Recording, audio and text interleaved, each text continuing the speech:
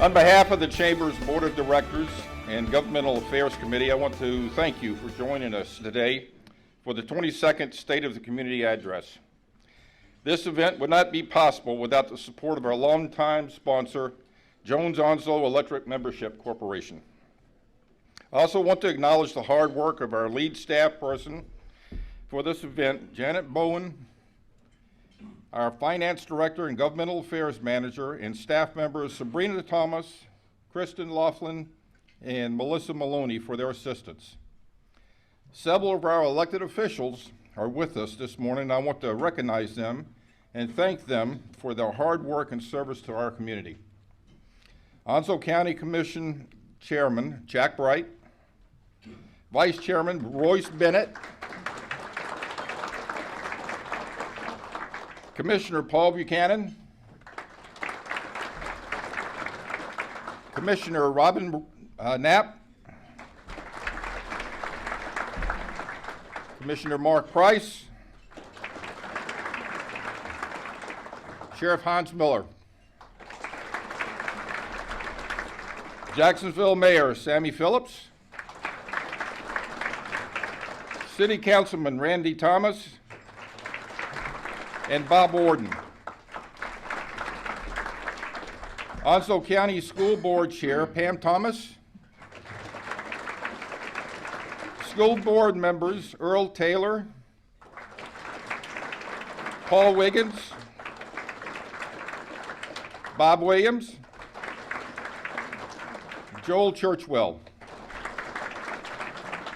And lastly, thank you to Marine Corps Air Station, New River, Colonel Russell for hosting this event, and to the Officers Club staff for the wonderful breakfast and much needed coffee. And now a word from our sponsor. I'd like to introduce the former chairman of the Jacksonville Onslow Chamber of Commerce and the Chief Executive Officer of Jones-Onslow EMC, the other Mr. Jeff Clark.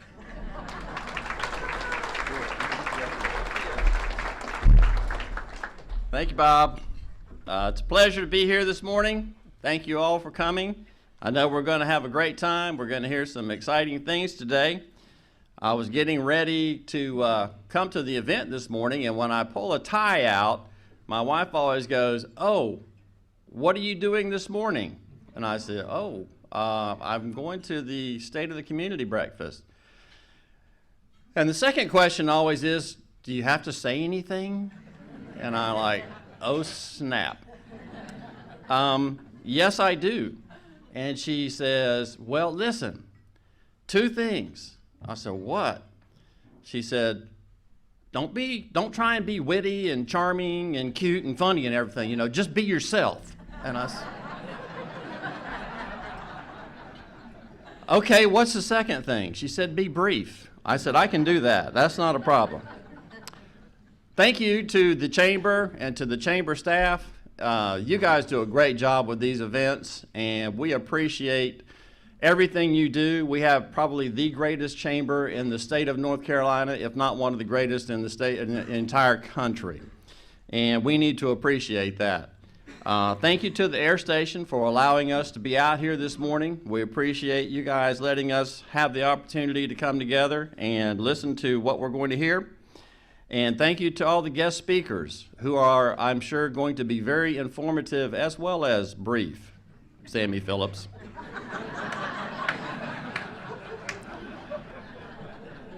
This is going to rerun on G10 and Charter 14. For those of you who just can't get enough of this stuff, you can watch it time and time and time again later on. So, without any further ado, I'm going to turn this over to Anthony Harvey, and he's going to come up here and introduce the speakers.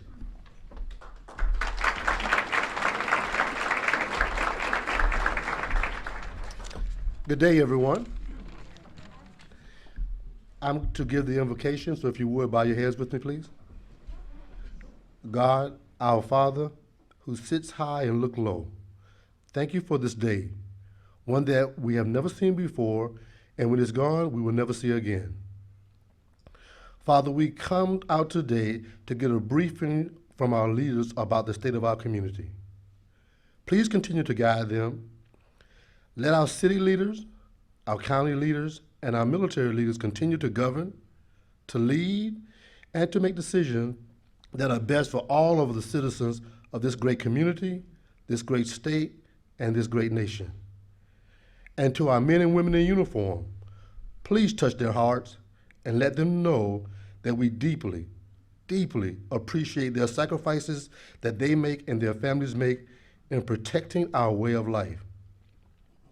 Then, Father, we ask that you bless the hands that prepare this food for our consumption. May it nourish us and bring strength to our bodies. In Jesus' name, amen. The speakers, we will be governed by our program. Our speakers will be starting with the Commanding Officer, Marine Corps Air Station, Colonel Russell Burton.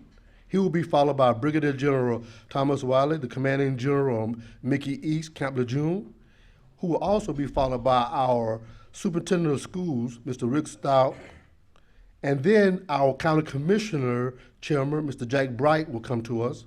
He will be followed by our mayor, the mayor of the city of Jacksonville, who will be followed by the CEO of our hospital, Dr. Penny Burlingame Deal, who then will be followed by Mr. David Heatherly, the president of our community college. Finally, we will get closing remarks from our chamber president, Ms. Lorette Legan, and adjournment. Thank you.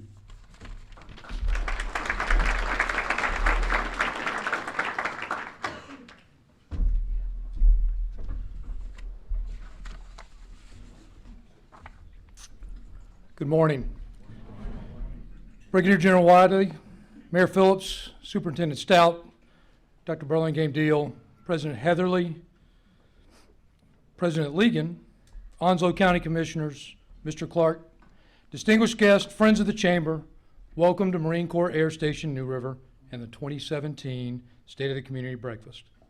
For those that I haven't met, I'm Colonel Russell Burton, the commanding officer of this air station. I'd like to open by thanking the Chamber for the opportunity to host this event again.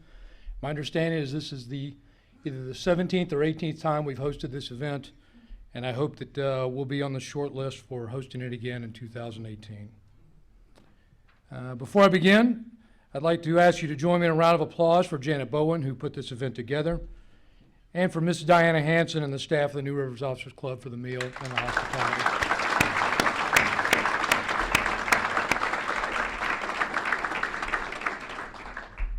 As I was writing this, I was trying to come up with the best way to articulate to those without a deep familiarity of marine aviation exactly what it is we do aboard a Marine Corps Air Station. From the noise, you all know that we launch and recover aircraft at the airfield here, but the station does so much more than just move airplanes.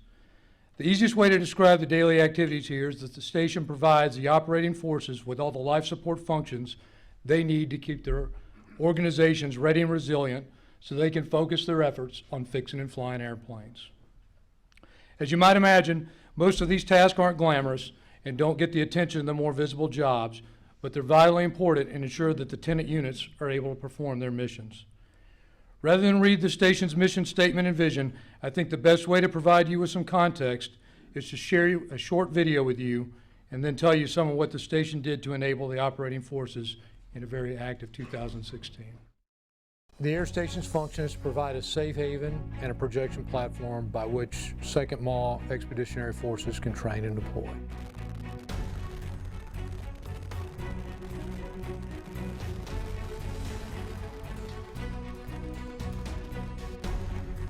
Each section supports the larger goal, and all of them have that contribution they have to make. Each of those contributions is vital to the station's bigger mission. You have to have an understanding of what they do so you can tie all of those functions together for the station to accomplish its larger mission.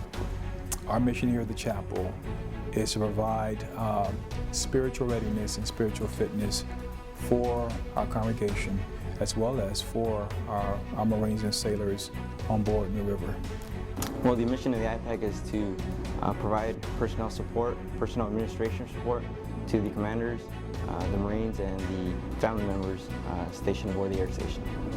Fuel's mission is to provide hot and cold refueling operations to training and deployable squadrons in order for their pilots to meet their necessary hours for flights.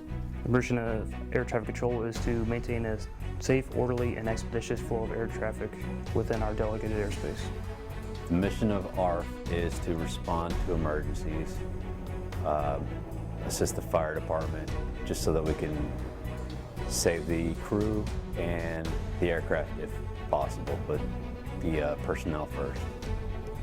The primary mission of the Environmental Affairs Department is to make sure that as an installation we are in compliance with the environmental regulations that we have to deal with, the federal and state regulations.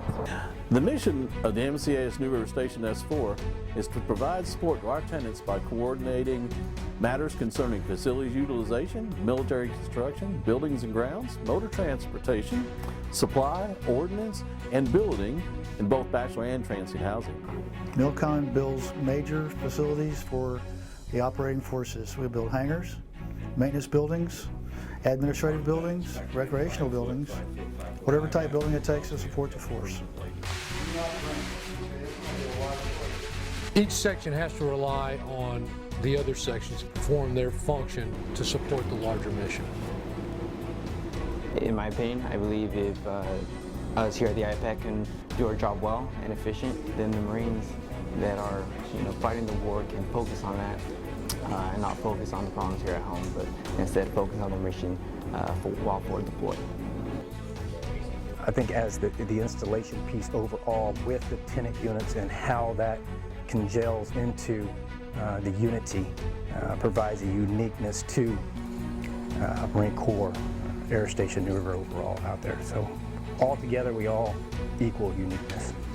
Everybody as the military members, the civilian Marines, everybody that's here on this installation knows what the mission, what the focus is, and everybody brings to the table that set of core common values out there, and that's to make sure that the flying units are up and they have what they need to do their mission. We have to make sure that as an installation, our service members, our civilians, our families, everybody has exactly what they need to come to work in a safe and enjoyable place. So a common set of values is what we all share. Everybody works well together here at New River. It's a synergistic effect when we all work and play well together. And it's just a nice little community to be part of.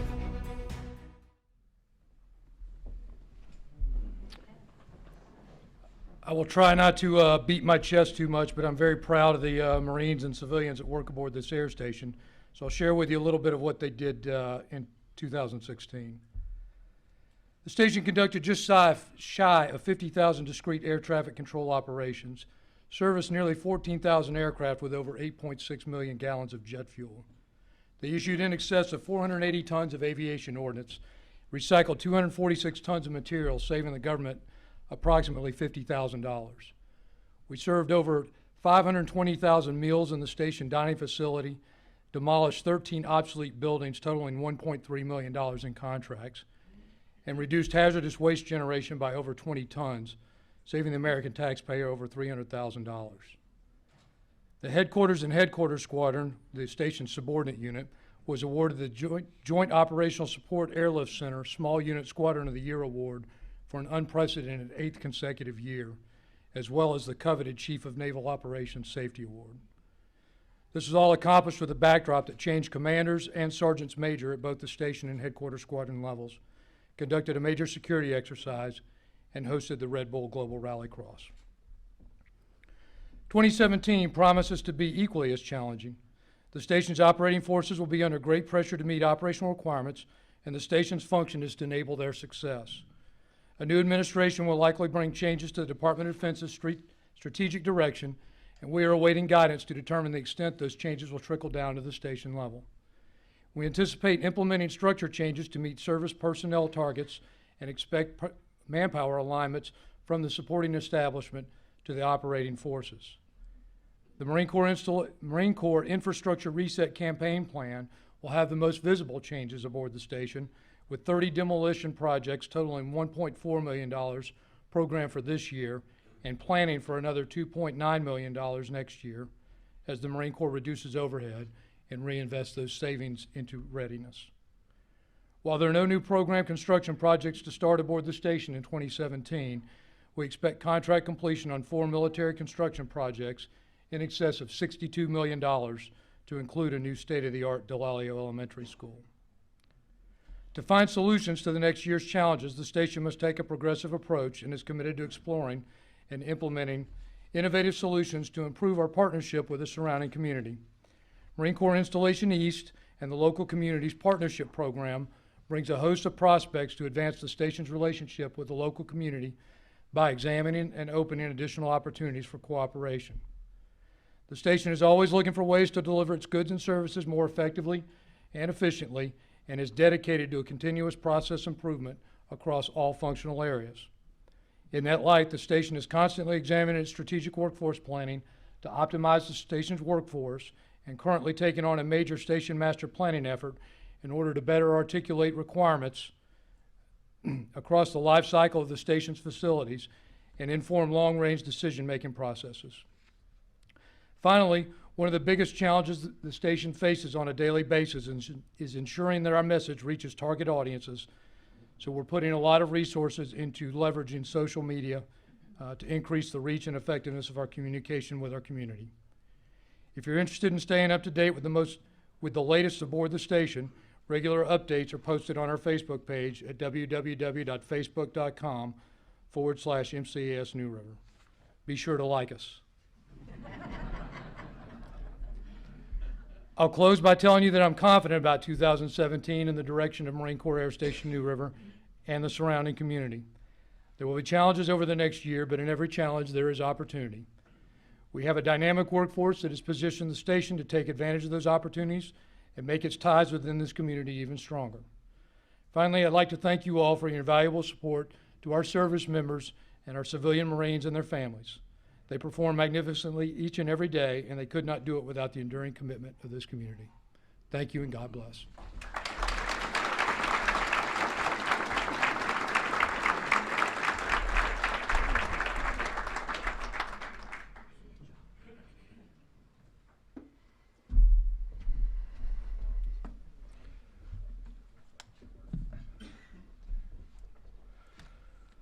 Good day, everyone. All right, fantastic. I will also add my thanks and appreciation for everyone in attendance today, all our elected officials, all our community leaders, all our military leaders, and those of you that support this community. Thank you for coming out today. I think I'm queued up, so I'll try to work through the technology. There we go. First of all, I'm not Yuri Escalante. Okay, I didn't start off with howdy and, tell a joke about Texas A&M or something like that. For the last couple of years, my deputy and General Castelvi's deputy has done this particular event. General Castelvi was deployed 2 years ago, and then I was gone for 6 weeks last year at this particular venue. So I'm excited to be here today and to be able to kind of present to you at least where we're at on the base, where we're at in the Marine Corps, and kind of where we're going over the next year. So we'll give you a quick update across those particular lines. Up front, again, 2017, portends to be a very dynamic and exciting year. It's the 76th year as we continue the legacy of Marine Corps Base Camp Lejeune in providing world-class support to the next generation of magnificent warfighters as they prepare to go into harm's way when the nation asks us to do so. Again, I'm going to talk briefly about where the Corps is at today, where the base is at today, and where we're going over the next year. And then I'll touch on two different areas briefly discussed by Colonel Burton. I'm going to talk a little bit about infrastructure reset, because that has implications that are going to be far-reaching for the next 10, 12 years. And we're going to talk a little bit about the partnership program, which, again, I'm extremely excited about the opportunities that lie there. Obviously, right now is a period of transition, right? We're transitioning to a new commander-in-chief, a new administration. There's a new administration within the state, so there's a lot of transition across a lot of different spheres. So obviously it's going to take us a bit to see what those changes are, how those changes level out in the near term, midterm, and then long term. And that means our collective efforts, to enable us to perform our assigned missions, provide excellent ranges and training and venues that align with warfighter skills and essential task requires us to position our installations to be viable, to be relevant, and to be well maintained in the years to come. And that, again, is our charter, right? So we'll see what happens with the physical landscape as we continue to move forward. Obviously, with shrinking budgets, which is kind of the profile we're on currently, that means we're going to have to continually reevaluate, to change, to innovate, to adapt, to do business creatively, to leverage efficiencies and reduce costs wherever possible. Executive order signed by the President on the 23rd of January. I think we're in day 37 of that 90-day moratorium on hiring federal employees. So that's applied across the board, and so we're in the process of figuring out how we continue to move forward under that guidance. All right, there have been approvals for exemptions for things like life, health, and safety, and just recently for our behavioral health specialists and our child care workers. So we are starting to move forward, but the impacts of that cessation in our ability to hire will result in impacts on the installation. We'll talk through some of that in a few slides. In terms of where's the Marine Corps at, where the Commandant is going, he released, one of the things he didn't come in and release kind of a 4-year campaign plan for his commandancy. His approach was that each year he was going to release a frag order and basically provide guidance and direction to the force via that frag order. Well, a couple of weeks ago, we got his frag order number 2, which was Seize the Initiative, which again builds on his previous frag order that kind of guided the force in the direction that he wanted to see the Corps go. When he talks about his Seize the Initiative, he talks about us continuing to operate in a rapidly changing environment that presents both internal and external challenges. Externally, our adversaries have had much time to observe our operations in counterinsurgency over the last 15 years and have adapted in order to close the gap significantly between us and them. Along with air, land, and sea, we now have cyberspace and the battle for information, perceptions, and ideas as new frontiers in warfare open up. We will be tested. He also cites readiness as an enduring challenge with respect to aviation and personal accountability. He talked about 6 different what he coined as New Year's resolutions for the force, and that first resolution was to improve readiness, and that's everything from equipment readiness to personal readiness to unit readiness to be the most ready when the nation is least ready.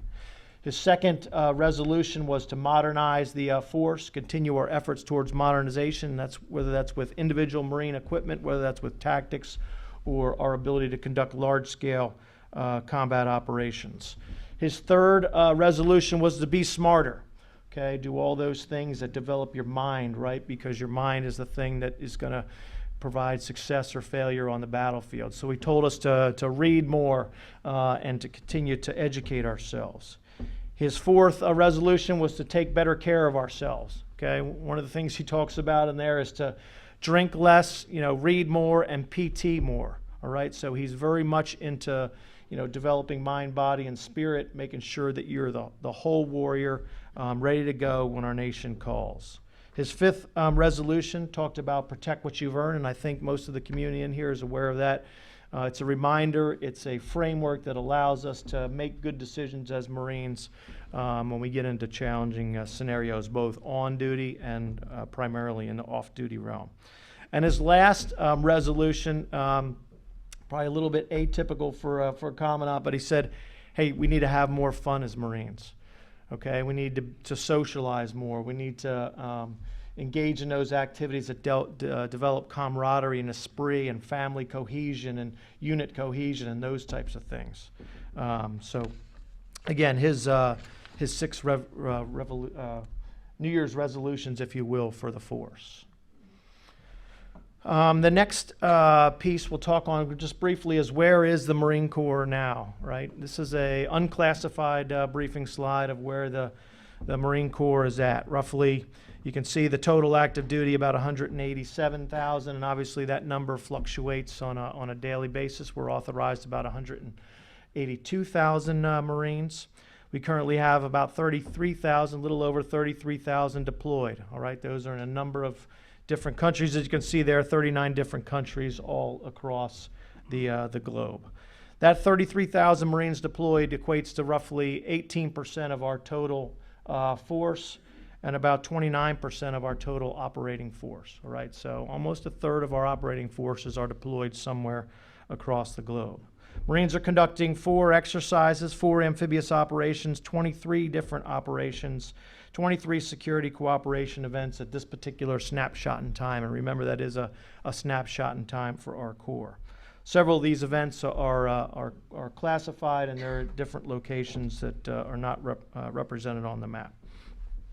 Again, in the gray boxes, you have the total number of Marines that are participating in events, operations, actions, and activities that occur within those combatant commander AORs.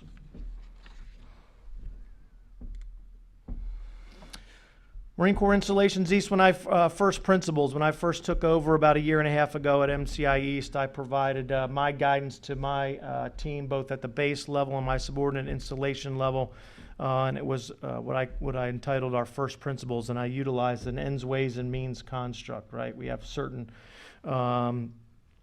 means that we're given. We're given a number of Marines. We're given a number of civilian employees. So roughly, we have about 4,000 Marines. We have about 7,000 civilian Marines. We have a requisite amount of land, air, and sea space.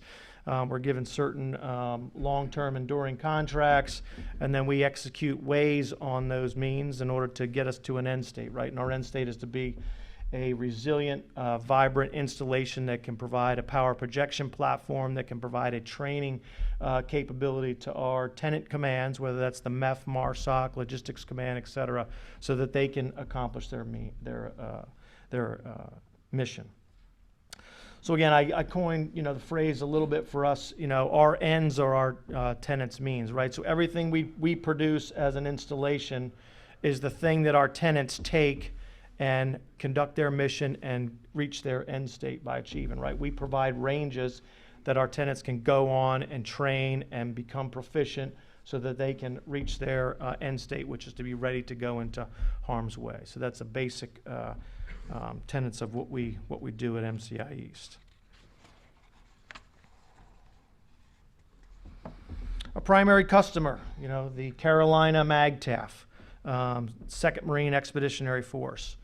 It's home to about 44,000 Marines and sailors, and many of whom are deployed across the globe, as you saw on those little dots on the previous slide.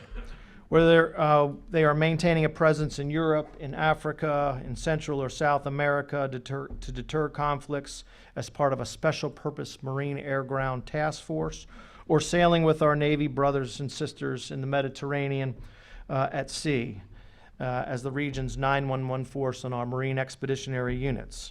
Your Marines maintain a constant state of readiness, ready to respond to emerging crises wherever they occur. And we'll continue to do that. The MEF will continue to do that over the upcoming year. They'll maintain commitments in Iraq. They'll be heading back into Afghanistan to maintain a new commitment there in a training and assist role, while standing ready to help when our nation calls to any potential disaster that may occur, things like Hurricane Matthew, being ready to respond. That's what the MEF does for the nation. A couple of quick facts and opportunities. In terms of manpower, obviously this is one of the things that occupies a lot of my time, making sure that we have the right workforce to be able to do the things we need to do to enable our tenant commands, the MEF, MARSOC, Naval Hospital, Coast Guard's training unit, Logistics Command, et cetera, to be able to enable them to do their mission.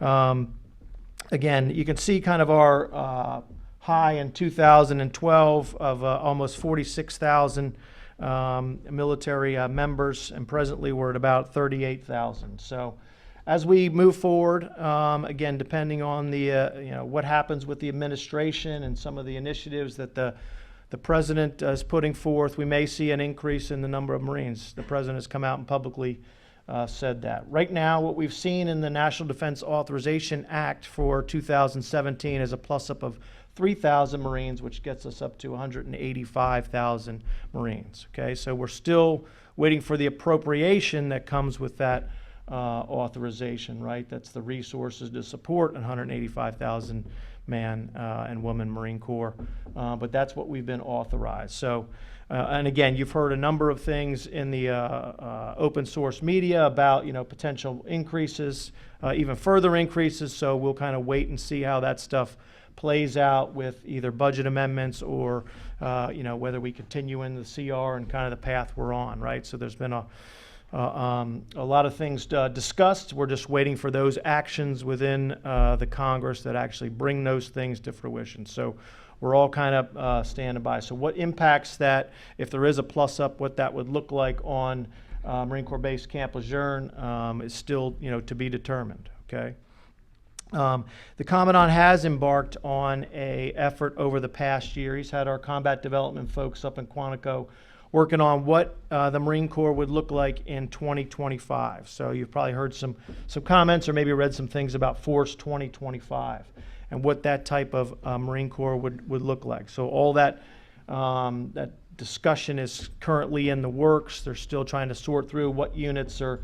There's some new units and new capabilities that'll be created. Specifically in the information sphere, how we process information and communications in kind of a rapidly changing environment. So I know the Commandant wants to develop some skills that allow us to be dominant in that environment. So some of that additional structure, if it does come to fruition, would be put against creating those new units. So again, a lot remains to be seen. Again, in terms of the hiring freeze, we have received some exemptions.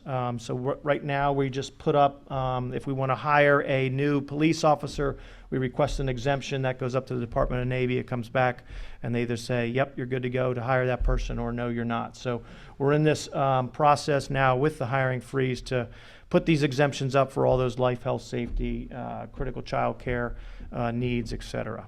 So we have received over 200 exemptions. So we're getting back to hiring some of those critical life, health, and safety shortfalls, as well as getting folks back into conducting our child care activities and whatnot. But that'll take a little while as we hire those folks and as they get trained and kind of move through the system. So there will be a gap, and you will see some curtailment in different services across the installation with regards to Marine Corps Community Services for the next 2 to 3 months as we kind of get ourselves back on track with our civilian workforce.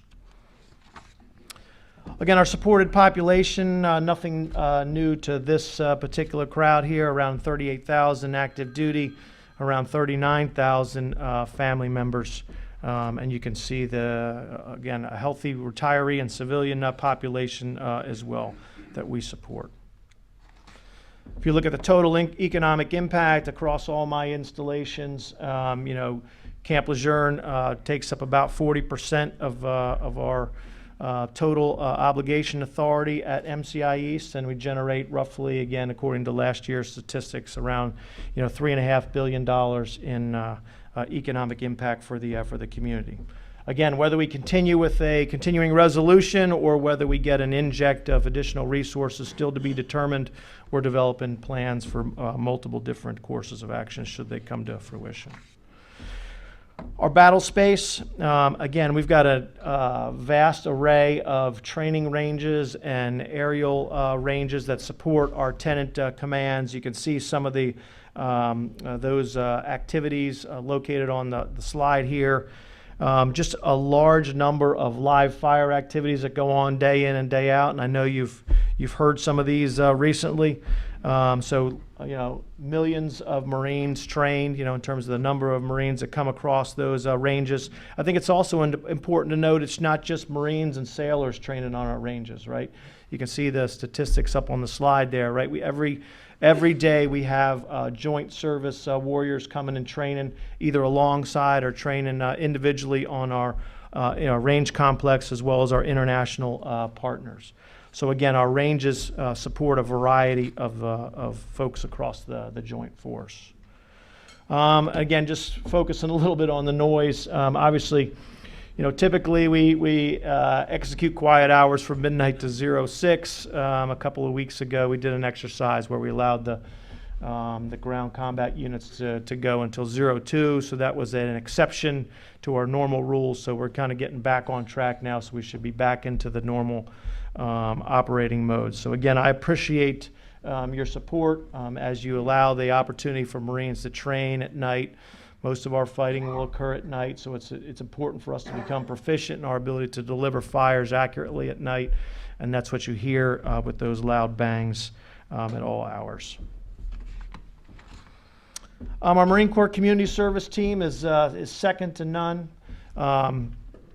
These folks support a variety of programs, as you're well aware, everything from kayak rentals to behavioral health specialists that support our Marines. And I'll read off on just a couple of things that our fantastic team does at Camp Lejeune, right? We have about 2,500 MCCS employees here at Camp Lejeune alone.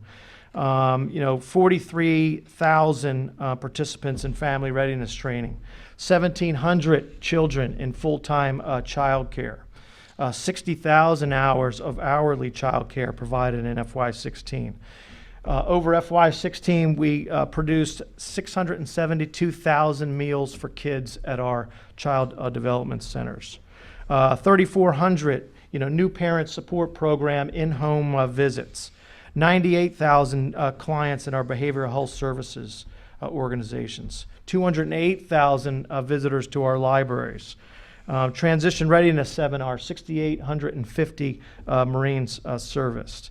Again, our education center, over 32,000 serviced there. Our single Marine programs, 445,000 Marines visited our centers. 2.75 million customers at our fitness centers. And again, our main exchange at Camp Lejeune generates 10,000 visitors a day. So again, the team at MCCS is handling things across a variety of spheres, if you will, and developing capability for our Marines, sailors, our civilian Marines, and their family members. What you'll see coming probably in the fall time frame, again, just to segue a little bit into a specific upcoming opportunity, is we're going to develop a paintball course that'll be out by the Sneeds Ferry, the Piney Green Gate exit. And this paintball facility will be much like these pictures you see of Camp Pendleton here, and it'll be kind of outside the wire, right? So it'll be available for both our civilian community as well as our Marines to participate in paintball. So again, we're always moving forward, looking for those opportunities, again, to partner with the community on those type of events that we think would be very beneficial to both. In that same vein, the farmers market is back again this year. Again, another partnership opportunity with our partners in North Carolina agricultural sphere and our local partners to bring goods to the exchange, and they set this farmers market up there and able to sell goods. And again, it's another thing that has been a great force multiplier for us as we've developed this partnership, not only with agriculture, but with our community as well. A few updates on our PPV housing. As you know, at Camp Lejeune, New River, we have two different PPV partners. We have Lincoln Homes, and then we also have Atlantic Marine Corps Communities. So we sustain about 5,200 total units, and we're done building any more units. There will be no more new builds. The only thing we have left to build is one of the community centers over in Knox Cove, and that'll be finished here shortly. And that'll be the last new build we do on any of our PPV partnerships. We're at about 96.3% total occupancy. That includes almost 280 different waterfall residents into our community as well. So moving forward in our PPV housing all the time. In terms of construction, we're still, if you recall, military construction is typically on a 5-year cycle, so you commit money in year one and you actually Ideally, you complete the project in year 5. So a lot of resources that were committed in the 2011, 2012 timeframe are still coming to fruition now. So that's why we have, $590 million worth of MILCON that'll complete this particular year. Okay, so still a lot of construction, 119 different buildings going up on and around the installation.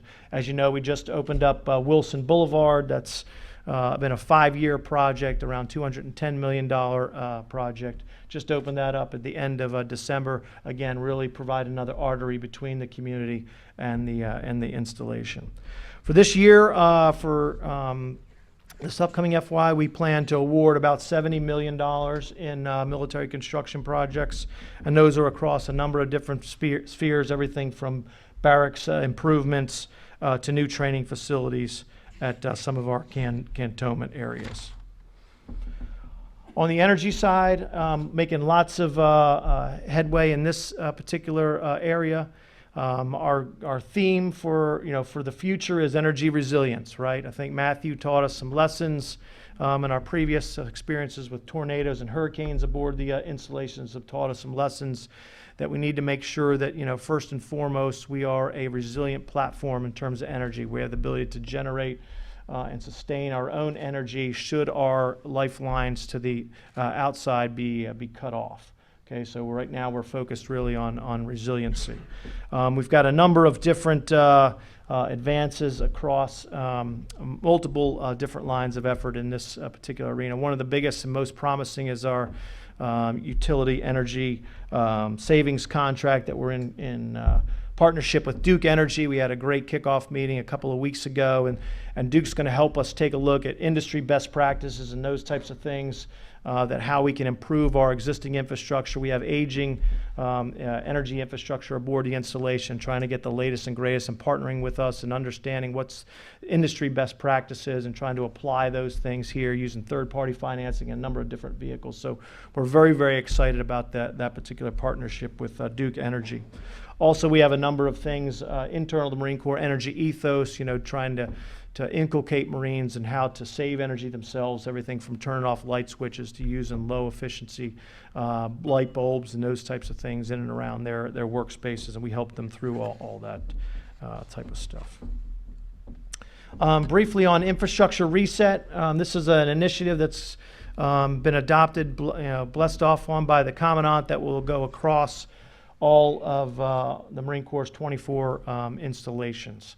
And infrastructure reset is an effort, and as we looked at the future, we had an increasing footprint. So we're still building JSF hangars, and we're still building new buildings and all that stuff. So our footprint is increasing, and that infrastructure is very expensive. It's the latest technology. It's got all kinds of different high-speed systems in it to maintain it in the long term. Our resources that we have to support that infrastructure continues to decline. Okay, so we're basically out of alignment, right? You have an increasing footprint and you have a reducing resource profile to actually maintain that. So we need to bring those things back into alignment. So how we do that is kind of like Colonel Burton touched on. We're going to start to eliminate a lot of our old and aging infrastructure. So across Marine Corps Base, Camp Lejeune, and New River, we're going to destroy about 1.3 million square feet of old and aging infrastructure during this year. And we're going to again, take a look at the existing infrastructure and look at ways we can readjust that workspace to optimize some of the workspace that's remaining. The Marine Corps has a goal to eliminate 30 million square feet of infrastructure over the next 10 years. Okay, and they're actually putting resources that allow us to do that. Okay, they're giving us the money to demolish, they're giving us money to consolidate, and where it makes sense, we're getting out of aging infrastructure and building new, high-efficient, long-term investment infrastructure to replace it. So this is a great initiative. Like I said, it will go on for a number of years. For those of you that are involved in the demolition industry, it will be a growth business for us here at Camp Lejeune, New River, and across all Marine Corps installations for the foreseeable future. And then finally, I'll talk briefly about our partnership program. And I think many of you were at our community kickoff meeting a couple of weeks back. And this is one of the things I'm most excited about in terms of what's going to happen over the next year. For those of you that aren't aware, we've partner. We've had great partnerships with the community in the past. What we're looking at doing is taking that to the next level. So we've got a team that's helping us work through how we can take those partnerships to the next level. So we've had a great meeting together, and I thought what was very telling in that meeting, and many of you were there, was we went around the room. We had about a little over 100 folks, a community and folks from the installation in the room. And we went around the room and said, okay, stand up and tell us, who you are, where organization you represent, or what department you represent. What are the things you need, and what are the things you have excess capacity in? And we got like 30 minutes into it, and you already found alignment between our community and our capabilities on base, right? I need this training. I have excess of this training. Hey, why don't we get together and fill each other's needs there? So very, very powerful. I think yesterday I received a letter from the city with about 3 pages of opportunities they want us to explore. So we're going to form working groups and really kind of flush those things out and look how we can advance those things in the future. Again, those partnerships are advantageous for both sides, both the community as well as the base and the installation. So very, very excited about this particular effort. And I'll follow up with this final slide. Again, we've got a number of ways for you to stay connected, whether that's on in the social media sphere, through our websites, through our print media, the Globe, and some of the other things. So please stay connected. I know we do with the community. I would ask that you continue to monitor what's going on, and we'll utilize forums like this to make sure that we're all aligned. So again, I appreciate the opportunity to talk to you this morning a little bit about where the installation's going and where the Marine Corps is going writ large. So thank you.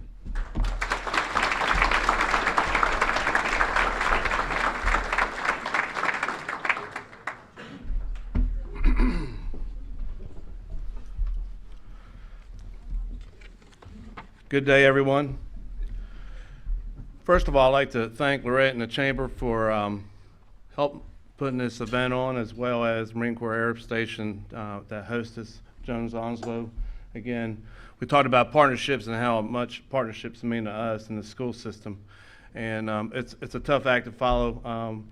General coming up here and all the things that are happening. Our biggest industry we know is our military base, and we serve about 8,000 military students in our district, and we're very proud of it. We're very proud of the partnerships, and we've been opening up more doors over the last few years in terms of trying to connect the dots, so to speak. Also, our partnerships that we've had in the past continue to strengthen. Our community college, Dr. Heatherly has taken over, and we appreciate the opportunity of getting to know him, and we do miss Dr. Lingle. He's in the audience today.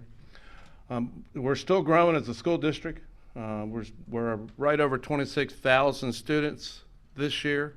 We grew between 200 to 300 students. And believe it or not, it's not really the military that's driving that increase. It's really the infrastructure that's within our county. And as we continue to move forward, a couple updates. We have 2 schools being built currently. Our Dixon Middle is just about completed. We're expecting that to be completed July 1. We took a little tour out there the other day. We would love for you to have the opportunity to go out and look at our new middle school in Sneads Ferry. We have the slabs being put down, the foundation down in Richlands Elementary. And there's just a lot going on. And we're still trying to figure out ways in terms of finding capacity for our students. We're currently in an alignment a little bit down there in the Swansboro area. If you have not heard, it's been broadcast a little bit. We're just trying to balance our schools out a little bit to make ends meet. We talked about partnerships with our law enforcement. We thank you for the opportunity to work with our sheriff department, our city, and we're continuing to look at programs that will make an impact for our students. So with all that said, we've had a lot of good things that happened this year. Instead of for me to come up here and tell you all about it, we have a little video I'd like to share, and I'd like to thank Lori Crowder and the staff. I have a great staff back here around the table that helps make things happen. We know students are our most important element that we have in our county, and we thank our school board as well. But this video, I think, will bring it all together in terms of what our last year looked like.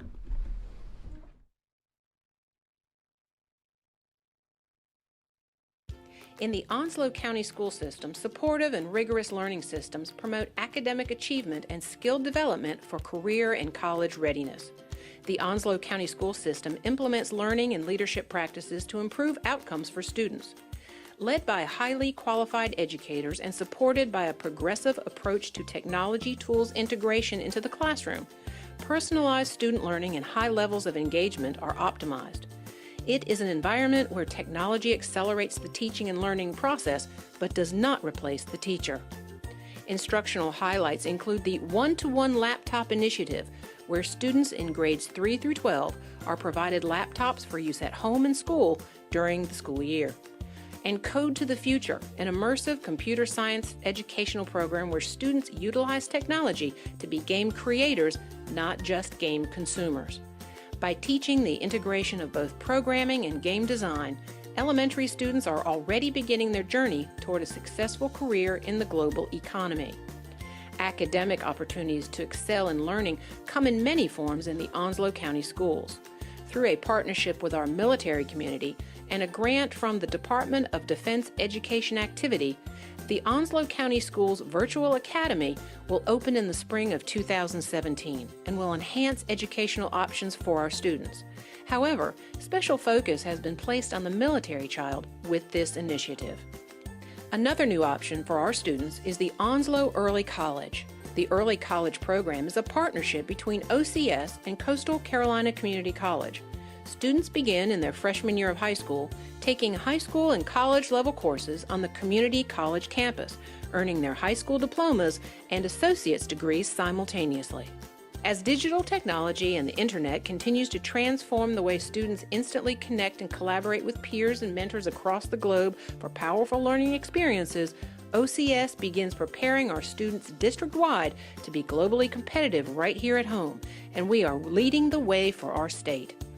In the fall of 2016, Carolina Forest International Elementary was named the first Global Ready Model School, and in the spring of 2017, Onslow County Schools earned the highest recognition in the state for global education, having been designated as the first ever and only district in the state of North Carolina to meet the model level requirements for global education. OCS hosts 52 visiting international teachers. Through our K-12 language perspective, leading-edge language instruction offerings include Spanish dual language immersion as early as kindergarten. World languages, as well as Mandarin Honors 3 and 4, are also offered. In conjunction with Hanban in China, College Board, and Go Global NC, the first Confucius classrooms where Chinese language and culture are taught by guest teachers began in the Dixon area over 7 years ago.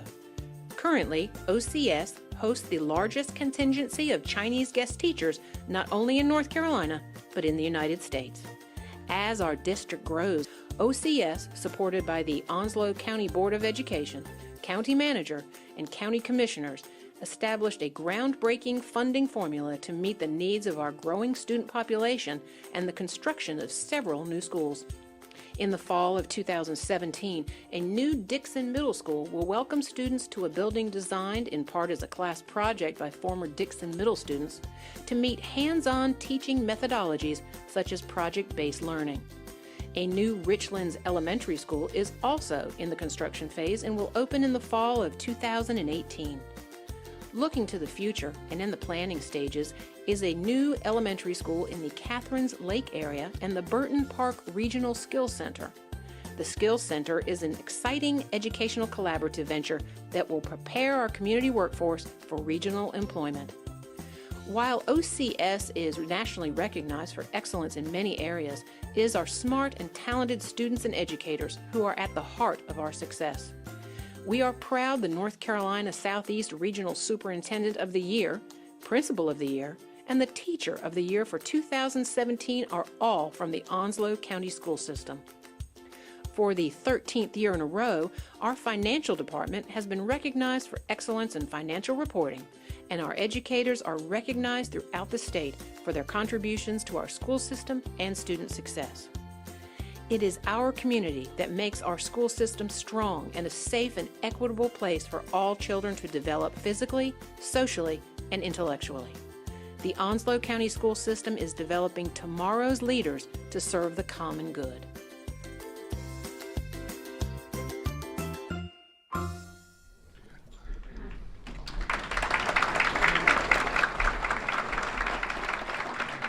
if that doesn't make you proud, you know, to be the superintendent of this school district, I mean, it's just wonderful to be able to go out and see the quality that we have in our schools, the quality of staff that we have in our schools, and the quality of programs that we're offering in the schools. We're continuing to make those efforts more and more challenging for us to be able to raise that bar, because that's important for us. When we talk about global, we are global. If we're partners with the military as well as industry, we got to continue to be on the cutting edge. And I think Onslow County has been recognized, as it said, state and nationally in a lot of those areas, but we still have a long ways to go. And I really do appreciate, because everybody in this room is a partner in education somewhere along the line. You either had children that attended our schools, or you worked in our schools, or volunteered in our schools. And we so dearly appreciate the efforts that you've done in the past, and we look forward in the future to be able to grow that. So thank you for the opportunity today, and we look forward to having a successful end to our school year this year, and looking forward to be back next year to give you more good news in terms of what we're doing in Onslow County schools. Thank you.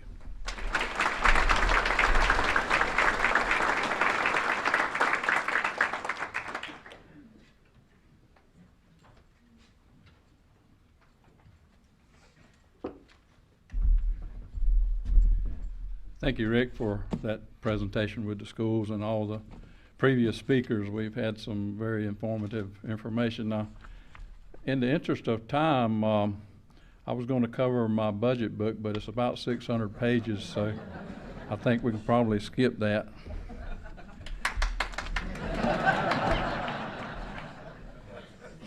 Thanks to the Chamber for having this State of the Community breakfast, and we appreciate everybody here that's here today. I see a lot of friends out here, a lot of folks that we work with, and a lot of partners, and it's just great to see everybody come together this morning and be a part of this presentation.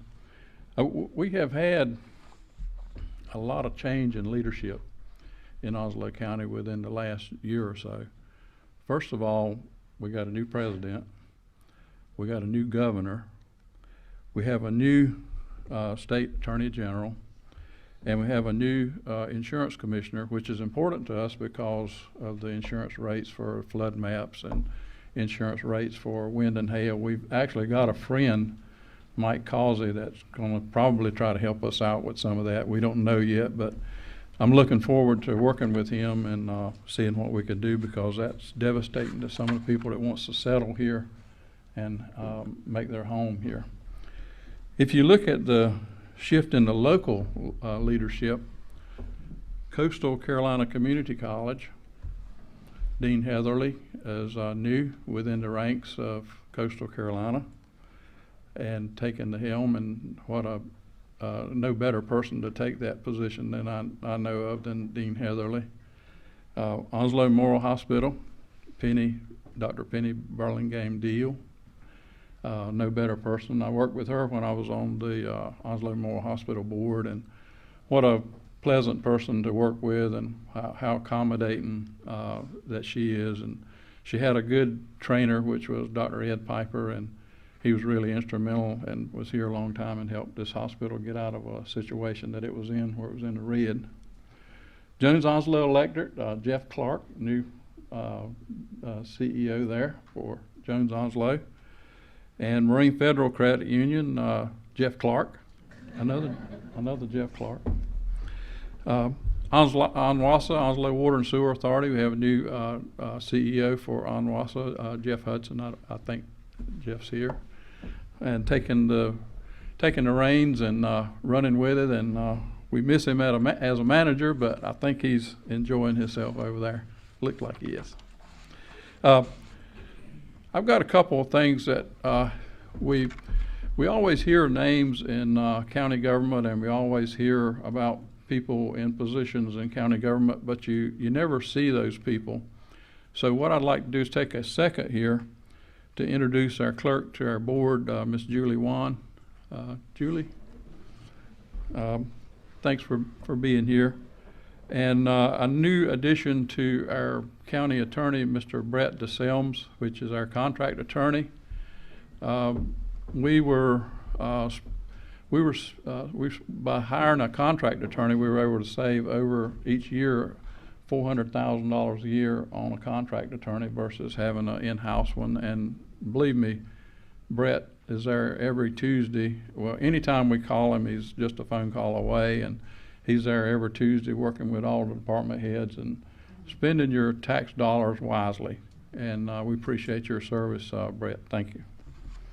Sherry Slater is our Assistant County Manager. Sherry, I know you're in the back there somewhere. She oversees Department of Social Services and our Health Department and some other organizations too. Heidi Bauer, our Department of Social Services Director. Thank you, Heidi, for being here today and supporting the Chamber. And Harry Smith, our Tax Administrator. And I just got word from him yesterday that $6.9 million of uncollected county property tax has been narrowed down to like $3.5 million now that they've actually collected. I think the word that the people's name that hadn't paid's name was going to be in the paper in a couple of weeks. It may have prompted some of that. Persuasion. Chris White, our airport director.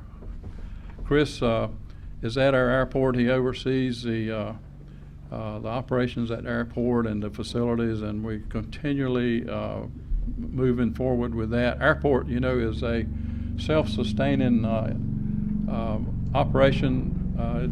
No county tax money is involved in our airport. They collect the fees, and the buildings are all paid for by FAA money and the fees that they collect, so there's no local tax dollars involved in that. The most important person that I want to mention today is our interim county manager, Mr. David Cotton. He's out in the audience. David, would you just stand up for a second? Some of you folks have probably heard the name and maybe seen it in the paper, but I want to read just a little bit, just a short paragraph about our interim county manager so you'll know who he is. David is a veteran of the United States Navy, where he served as a explosive ordnance disposal diver. A lot of people don't realize that. He received his bachelor's degree and master's of public administration from Appalachian State University. He has served in North Carolina local government since 1997. He has served in both municipal and county management positions. 13 of his 19 years, David has served as a manager, county manager. For the past 6 years, David has served Onslow County as an assistant county manager, deputy county manager, and currently serves as the interim county manager for Onslow County. During his tenure with Onslow County, David has spearheaded and overseen numerous initiatives for Onslow County that we have built buildings, and I'm going to show you some of those in just a second. He developed and implemented the Onslow County Health and Wellness Center, which saves us thousands of dollars, where the employees go to. We got 1,200 employees, and they go to the wellness center instead of paying the enormous doctor fees, and that's taken care of so it don't tax the system. David served as project leader for the Onslow County Government Center, Environmental Education Center, Library at Sneads Ferry, Public Safety Memorial, and Onslow County Courthouse, just to name a few. He is constantly seeking ways to improve himself as a manager and leader, testing leadership courses, attending leadership courses at the University of North Carolina, Chapel Hill, University of Virginia, and Harvard. David's career has progressed from being the appointed deputy county manager to now the interim county manager, and that decision was made December the 4th of 2016, and it was a unanimous vote by the board to let him take that position and see what he could do with it. So sometimes what's all in common with these local promotions at these local organizations is all of those individuals has come from within the department. They were trained and picked up. Jeff Hudson was very good at picking out people to be in the staff, and David was one of those, so I pride Jeff's foresight and seeing what we could do with getting the right people in the right place. And that way he can transition into management position, and it leaves an open door for people that's working in those positions to have something to look forward to down the road. Got some of the projects that we're doing is a maintenance storage building and hangar at Albert Ellis. This is all done with $900,000 was with a public-private partnership where the public, the private sector funded the building itself. We provided the land and the hangars. That's so people that owns planes can go in there and have mechanical work and service done to their plane while it's here at Albert Ellis, and it puts two or three people to work. But we're looking for more of a public-private partnership for the airport because we got 14, I think, maybe you can correct me, Chris, we got 14 or 15 people on the waiting list for hangars, and we have a couple, and those planes that does not have a hangar, they house those planes somewhere else. And by housing them somewhere else, that means they have to drive to that airport where there is a hangar, sometimes New Bern, sometimes Wilmington, and they pay for rental at those hangars. If we had private partnership that wanted to invest in that, I would suggest you get with Chris and after the meeting and see what you could do if you wanted to be involved in providing a hangar for some of those individual planes. You would collect all of the rent on that building for the plane that's housing that. The county, the way the county profits from that is we collect the property tax, personal property tax on the plane. There's 2 or 3 people that's got planes that they house them somewhere else. One of them is a $4 million plane. And the tax revenue we're losing to another county or to another location because we don't have facilities at our airport. So that public-private partnership is just a way to go. That building should be done, and Chris showed me the steel. The steel's already up on that building. It should be done in the second quarter of 2017. That's just some concrete work and the layout of the building at the Albert Ellis Airport. The next structure that we're involved in is a 89,000 square foot consolidated human services building and Department of Social Services in our health department.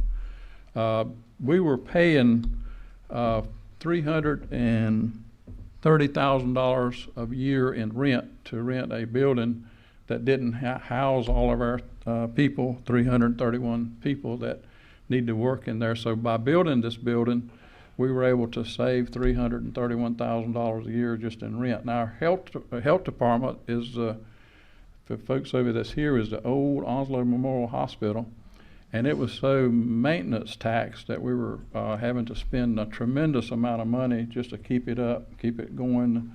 It was had plaster issues, probably had lead paint issues, it probably had asbestos issues. We'll be tearing that down and getting those people moved in pretty soon here now. I think April is the completion date on that, if I'm thinking right. Here's another picture of what the building looks like from outside. It's a 3-story building. If any of you have been down on College Street, a lot of people didn't even know what it was, but if you've been down on College Street, you can see what it looks like. And the health director, she's not here today, Angela Lee, she's absolutely thrilled that that's what she's been talking to me about for the whole time I've been in office. We need to really look at another building. We really need to get out of the old building. We need to get into a building that's environmentally and health, not considered a health issue. So anyway, our vehicle maintenance facility is another project, 9,000 square foot, $3.5 million project. That's all funded, mostly all funded by our solid waste industry, and that's another industry that we have. Our landfill is all self-sufficient. We do recycling. We collect the methane, send it down the pipe to a generator. The generator generates electricity. That company pays us roughly $100,000 a year to just collect the methane from our landfill. As General Wiley had mentioned about the solar panels, we had mounds on the where the landfill had been capped that we couldn't do anything with. Can't sell them, can't rent them. So what this other company did is said, how about let us use them to put in solar panels. So we put in solar panels where the landfill was capped, and they're generating electricity, and they also paying us a huge amount of money. So that's another source of revenue for us. The landfill did pay for the maintenance, most of the maintenance building. We had to move that maintenance building because our ambulances has just got so heavy and so cumbersome that our current county maintenance garage just couldn't do the work. And we do a lot of in-house work out there and save a lot of farming out of mechanic and steel. And the heavy equipment that's at the landfill is located at the landfill because that way we don't have to transport that heavy equipment down the highway, so we can have them right accessible there. That's just that's a snapshot. That building is actually open now, and that's an aerial view of the building and a snapshot of some of the inside works of that building. Animal services, we're renovating that building. 2,900 square foot, $363,000. I have some rental business, but everybody that wants to rent now has a dog or an animal, a cat or a pony. So a lot of other kind of animals too, but you still have to have a facility to take care of that. And I would think if we doubled that size, we still would be playing catch up, but we're trying to do the best we can with the dollars we have. And people are really passionate about animals. Onslow County is a big hunting area where you got a lot of people that engage in the sport of hunting. And it's just good to be able to renovate that and look at some of the inside, with cats and the adoptions process. And we have a new director out there. His name is Howard Martin. He does a good job. He's just getting acclimated to Onslow County and the residents. So he's available, and we're working through some ordinances and things that might be beneficial to the citizens of Onslow County and the city of Jacksonville. Board of Elections office, have you ever been out to the Board of Elections office, tried to register to vote, or you had to go in there to fill out a campaign report, or you had to go in there, it was just elbow to elbow. It was so cramped and so small that people in there were, one gets sick with the flu, and then you got everybody else out sick with the flu. So this building here, as you can see, exterior view and the lobby, and the facilities for the Board of Elections. It's over on Georgetown Road. It's out of the limelight of traffic, easy to get in and out of, easy to negotiate the traffic light coming back out to Highway 17. It's over on next to the Onslow Water and Sewer building, which is convenient for everybody, and it's actually located in the city limits of Jacksonville. Another big project we just started it, and it should be finished in 24 months, is the $16 million, 58,000 square foot Onslow County courthouse. I know from experience, and I know from people that work down there, sometimes and there's multiple courtrooms, but sometimes they have as many as 3,000 cases a day on the docket, and there's just not room to try all those cases. Our local delegation has promised me that they would be able to get us some more judges and get us some more clerks so we can handle the overage for that. And that would streamline our courthouse, and that also saves us about $43,000 a year in rent, because the county is required by statute to provide space for the district attorney's office. We're required by statute to fund places for the judges. We're required to provide the courthouse. Now, the people that work there are state employees, but because of the not having the space, we had to rent out the DA's office, probation and parole, and that's a big chunk of money when you can save that money. And anytime we can look after the taxpayers, I think that's our goal as county commissioners. And believe me, revenue sources are slowly drying up. And we don't know, I think General Widley mentioned it, but some of the legislation that's coming down the road from our state, federal government may change our revenue sources, so we have to be very mindful that that could happen, and we have to budget accordingly. Because only source of revenue we have as county commissioners is county property tax. We levy that. 1 penny on the county property tax is $1.3 million. The sales tax is something we get, but that's given to us and regulated by our state legislator. 1 penny on sales tax for Onslow County generates a little over $16 million. So you can see the difference there. One day I'd like to see that revenue stream change so the county could levy a sales tax based on what services that we need and have to provide. The schools, we're mandated to provide funding for maintenance and operation of the schools. And right now, if I'm, maybe this number is not right, but it's right at $48 million that we give Onslow County schools each year. And that's just about almost a big chunk of our property tax that we collect. So the other sources of revenue is sales tax that we get and user fees and so forth. Next slide is Burton Park Shell Building. We just actually broke ground on that shell building, and from talking to Sheila and some of the folks from economic development, I'm thinking we may already have a possible tenant for that building. People are interested in it. That money was come from the economic development money that come from basically from the old Global Transpark. And we got that money back. If any of you were here for a while back, several years back, we had to pay an extra $5 on our license plate to generate funds for the Global Transpark. And then it turned into the Eastern region. And then I think if Paul Buchanan was on that board, and he got the money returned back here, but it could only be used for economic development. Now, the economic development team gave us and contributed $250,000 of their private money to build this building, and it should be finished in April. And I think before we can get the sod laid, I'm hoping that we can sell that building, and I hope that we can build another building to attract more people. And Burton Park is moving a lot smoother now than it has been.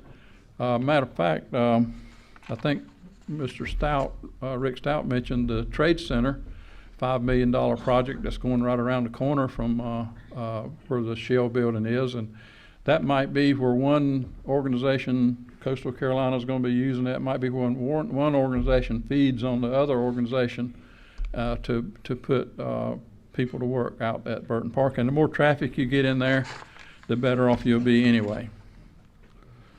The next thing that I was told that I needed to talk about something that affects everybody, and a lot of people don't realize it, but the inlet, New River Inlet, which is the inlet for this river out here, which allows us to egress and back and forth to the ocean, allows our commercial fishermen, we heavily involved in our coastal area with commercial fishermen, recreational fishermen.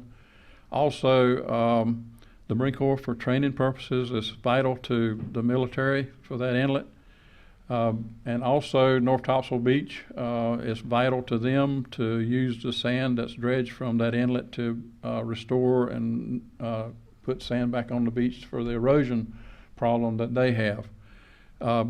Right now we're in partnership with North Topsail Beach. We're in the process of doing a $500,000 study to determine what type of structure, hardened structure, that needs to go in that inlet to stabilize that inlet so we won't have to do and use so much dredging. It used to be that all the dredging was funded by the Army Corps of Engineers and the federal government, and then that money dried up, and then fell on the state and locals for funding for that. And we're using tourism money. The $250,000 match with North Topsail Beach was tourism money that we collected from the motels and heads on beds. And for the ones of you that don't fish, and the ones of you that don't do recreation, and the ones of you that don't live at Atlantic Beach, and the ones of you not in the military, it still is a lifeline for the residents of everybody in this county. It river begins and ends in Onslow County, and it's really to keep that river, the inlet open, causes this inlet and causes the river to breathe and produce fish and produce shellfish and produce the recreation that we have always looked forward to and deserved. In closing, I'll say this. Our president says, "Let's make America great again." That's his slogan, and that's his word, not mine. I say Onslow County is great. Let's keep it that way. Thank you so much.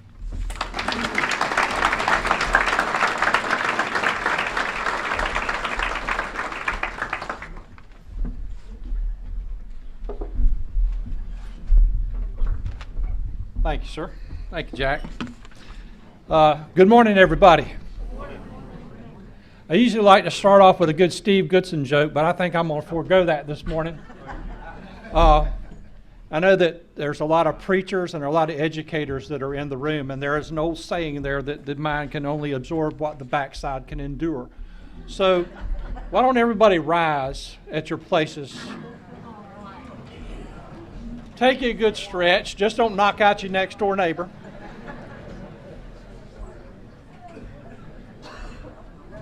You look like you needed that. You really did. All right, so we'll go ahead and get started again.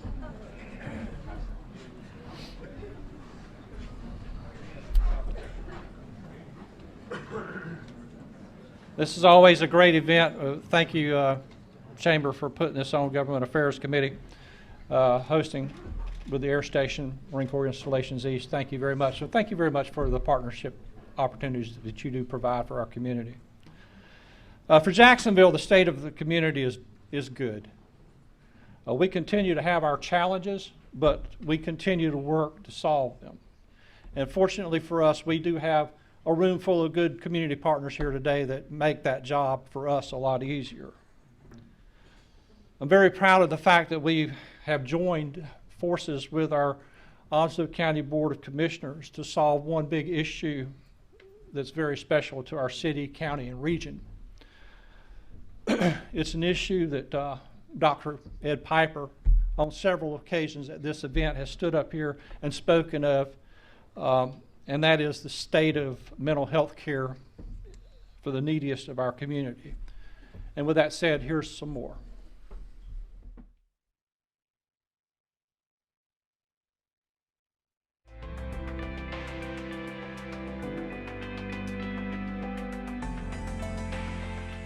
In the first joint meeting of the new Onslow Board of Commissioners and the Jacksonville City Council, there was unanimous agreement that mental health issues were negatively affecting our community. The principal issue has been that there have been changes in emergency treatment for mental health issues. Last year, we answered about 900 calls for service that were somebody that had some type of mental challenge. And those calls, we averaged about 16,000 hours of time that the officers spend on those particular calls. So really it's a tremendous problem because 16,000 hours equates to 8 full-time police officers for everything they've done for an entire year. And that equates to $1 million out of a $23 million budget that provides public safety to the city. So as far as we're concerned, it's a tremendous problem in our community today. Together, the city and the county agreed to form a task force to work together for a local solution. The task force will work to enable emergency mental health treatment for persons in need. The task force is a great start to city-county collaboration that can grow in other areas. It is very appropriate that this difficult issue of mental health is something where the city and the county can work together. It is also the right thing to care about persons with mental health issues. After all, we're a caring community.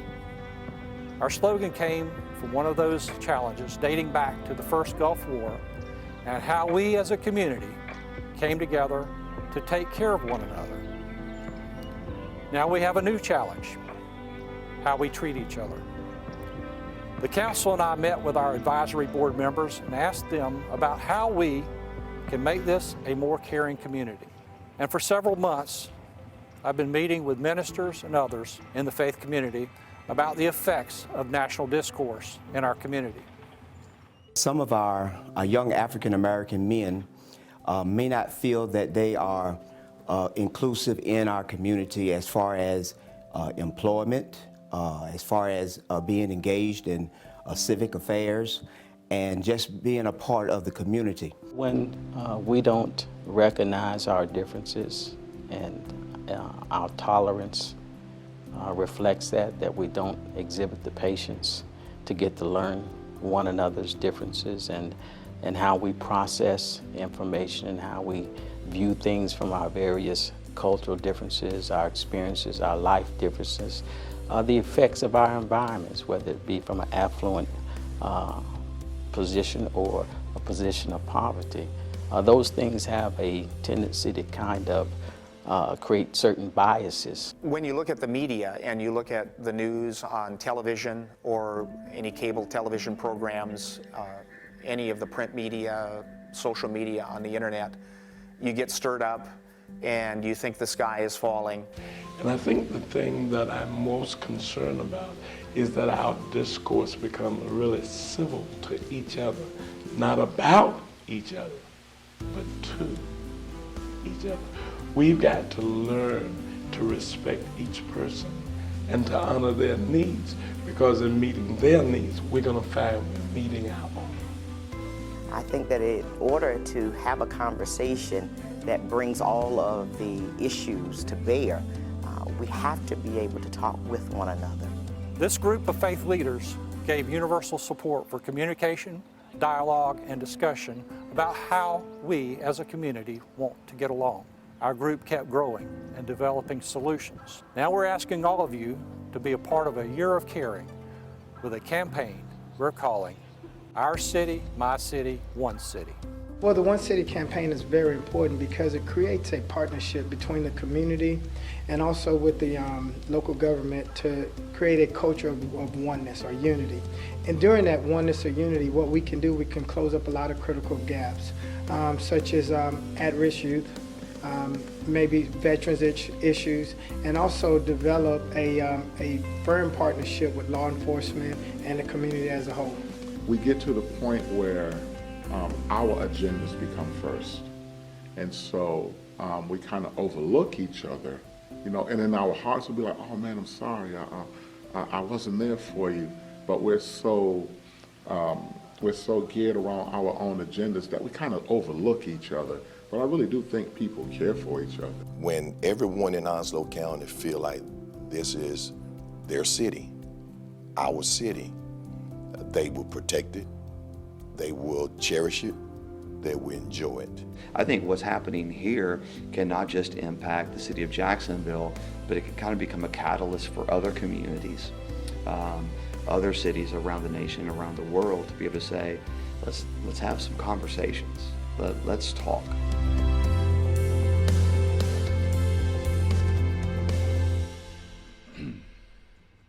The Our City, My City, One City campaign is something that we can all get behind and get involved in, whether you live in Jacksonville or not.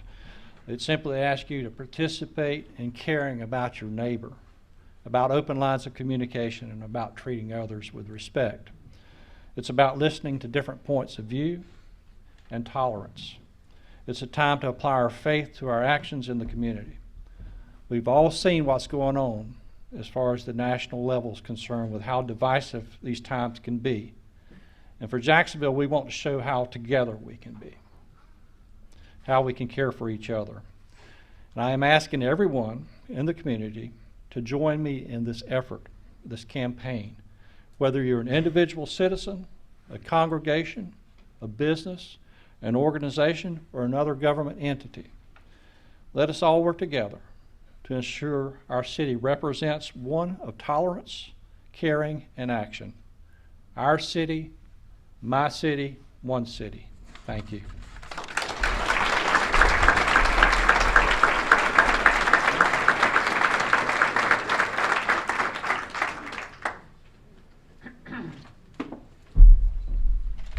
Wow, that's powerful. I love that, Mayor Phillips. Thank you for that. Hey, why do I suddenly feel compelled to say, hi, I'm Ed Piper?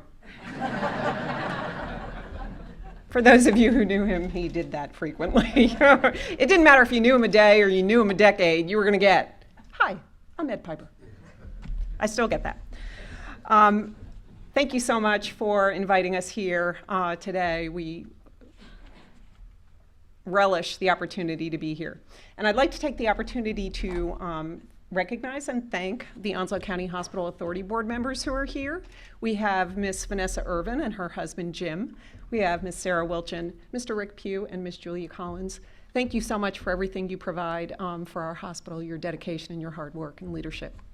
We appreciate it.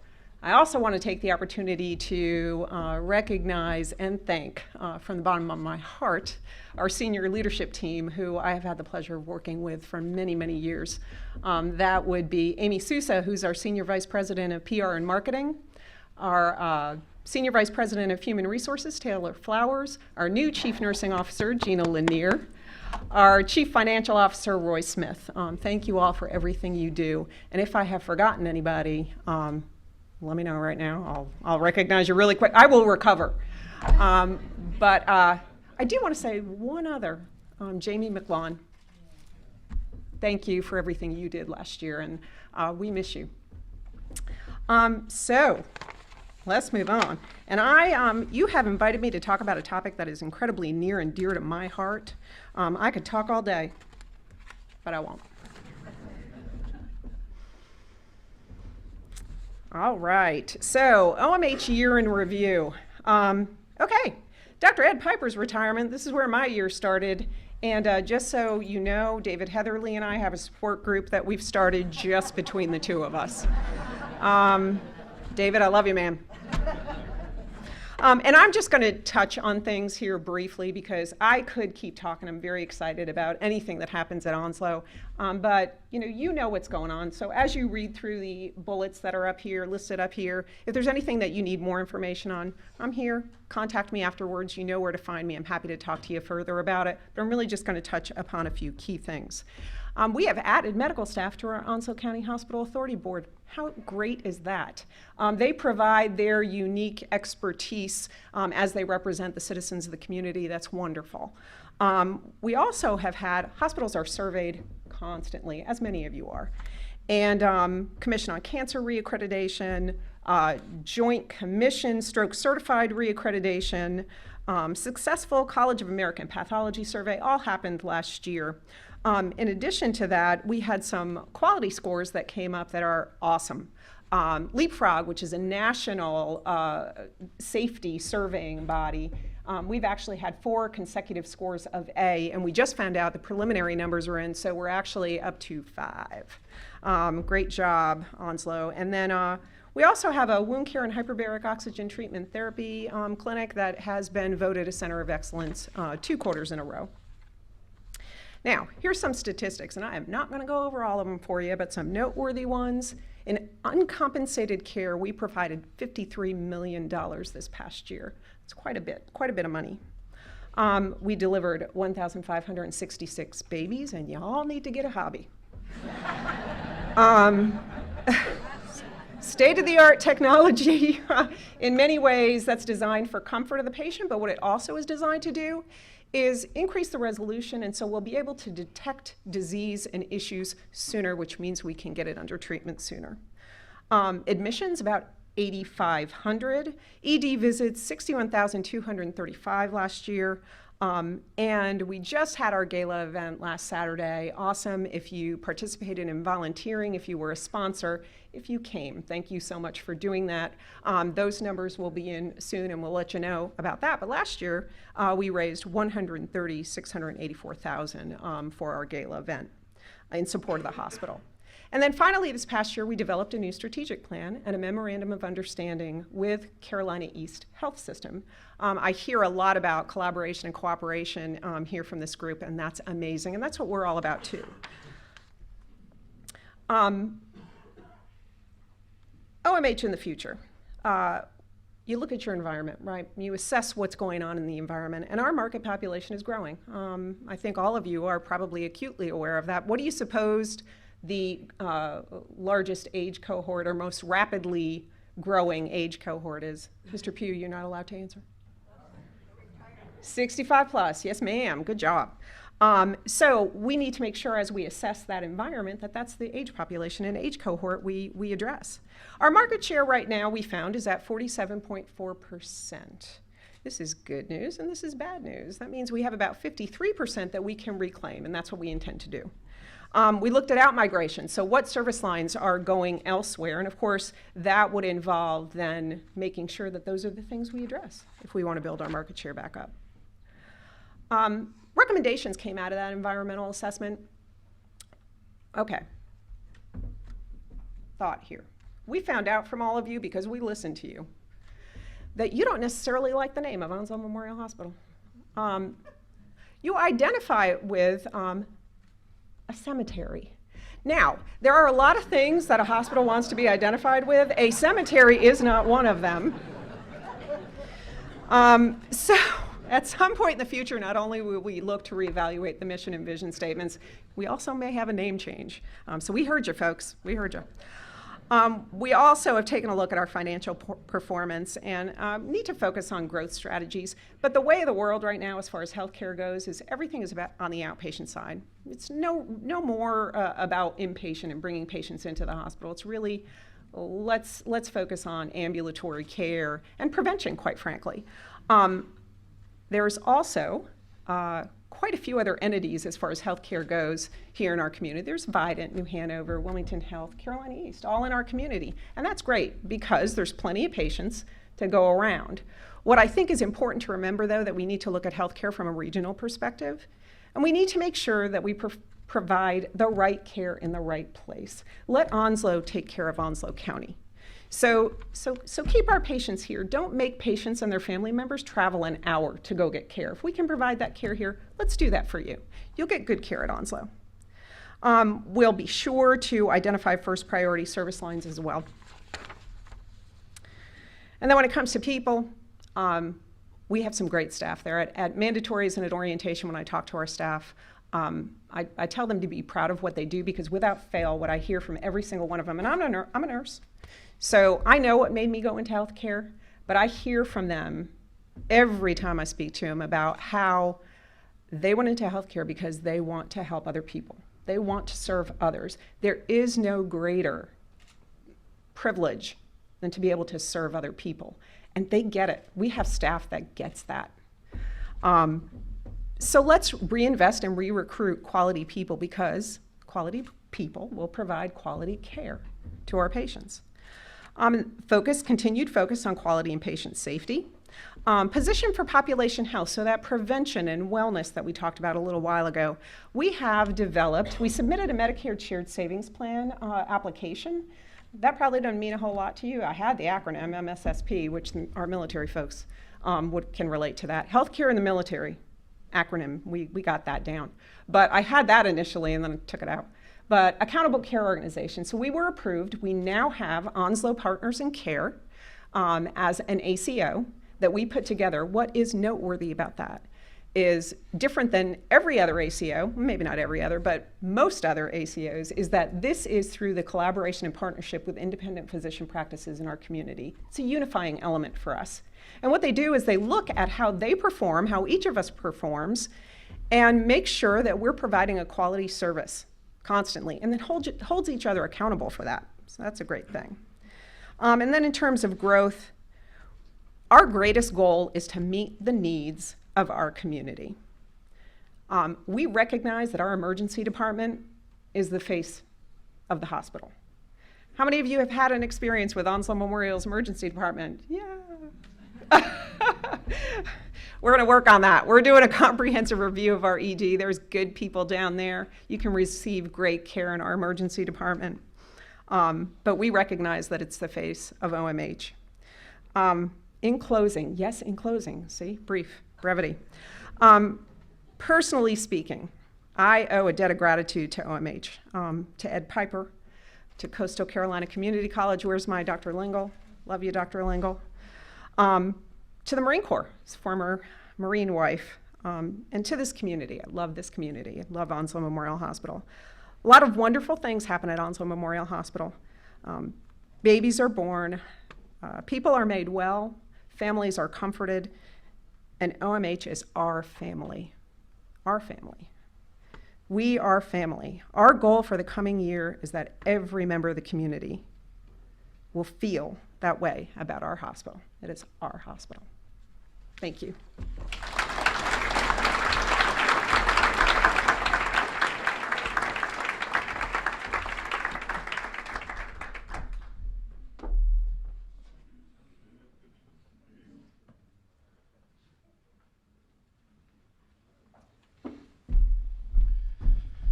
Well, I'm not so sure that having the new kid on the block as your concluding speaker was the best decision in the world, but we're going to find out in just a minute. You know, there's a certain degree of anxiety, I believe, for all of us who are involved in public speaking, but to be told right before you start that whatever you do, don't mention the morning.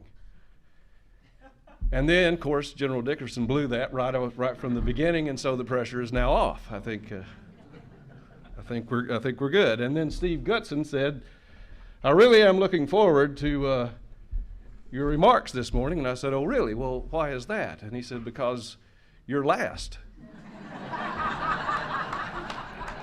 So, so with all that, good evening. Before I share my thoughts of the state of our community, I do need to tell you that I feel most fortunate to be here today representing Coastal Carolina Community College. For many years now, the performance of all 58 community colleges in this state have been evaluated at the system level, and I'm happy to report to you that your college has consistently met or exceeded the established standards at a level that is unsurpassed. As a matter of fact, recently, there has been a category of excellence associated with performance that is substantially higher than the required measures. And the most recent report indicated that only one college performed as well as to have 5 of the 7 in the excellence category, and that would be the one that is located at 444 Western Boulevard.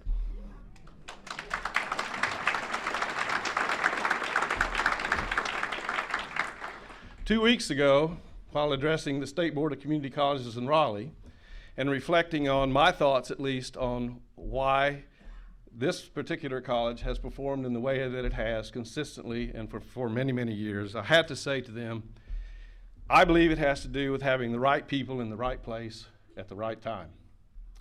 Over 50 years ago, a public school teacher working at Jacksonville High School took a risk in his profession to ultimately become the founding president of Coastal Carolina Community College, and that was Dr. James Leroy Henderson Jr., who unfortunately is no longer with us. But he understood the importance of education, particularly for those who, without the help of a dedicated faculty and staff, would not have the opportunity to reach their goals. No one understood that better than he, in my opinion. After about 25 years, and upon his retirement, the second president took the helm and spent nearly 30 years leading the college to a level of quality and student success which I just described. Last month, in honor of his lifelong achievements, the Board of Trustees appropriately named him President Emeritus of Coastal Carolina Community College, and he is with us today. My colleague, predecessor, and friend, Dr. Ronald K. Lingle.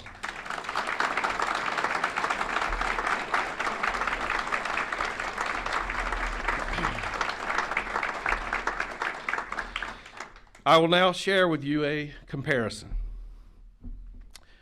4 decades ago, believe it or not, Penny, 4 decades ago, after finishing graduate school, I came to this community with an expectation that was shaped by my dad, a Marine, who for my entire life reflected a sense of pride in his corps. What I expected and what I observed were considerably different. It was as if we had two communities, one military and one civilian, each reflecting an air of tolerance and in some cases even resentment of one another.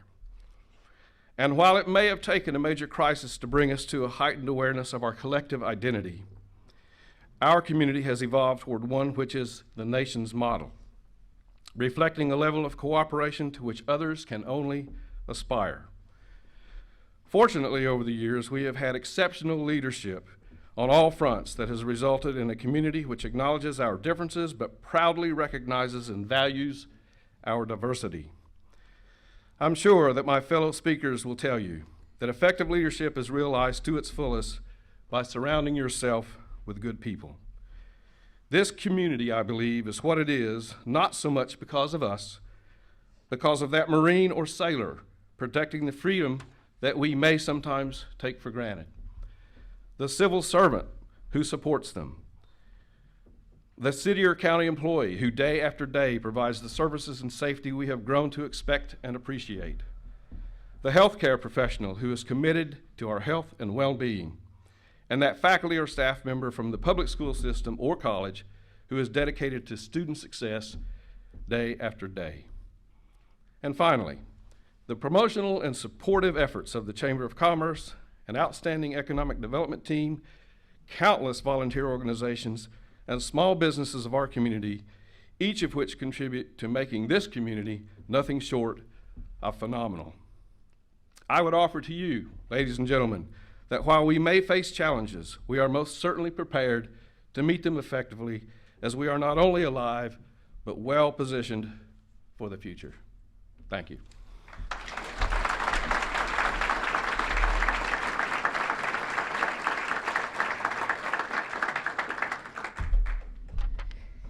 Thank you, everyone, for being here today, and thank you so much to all of our speakers. The common theme of collaboration and partnerships, it really rings true in this community. So I would like to close by saying thank you to my dear friends at Jacksonville Media Services. All this was made possible because of them. Glenn Hargett, Lisa Miller, Kevin Riopel, Kim Tillman, and Alan Covey. Thank you so much for what you do to help our chamber. And ladies and gentlemen, we are adjourned.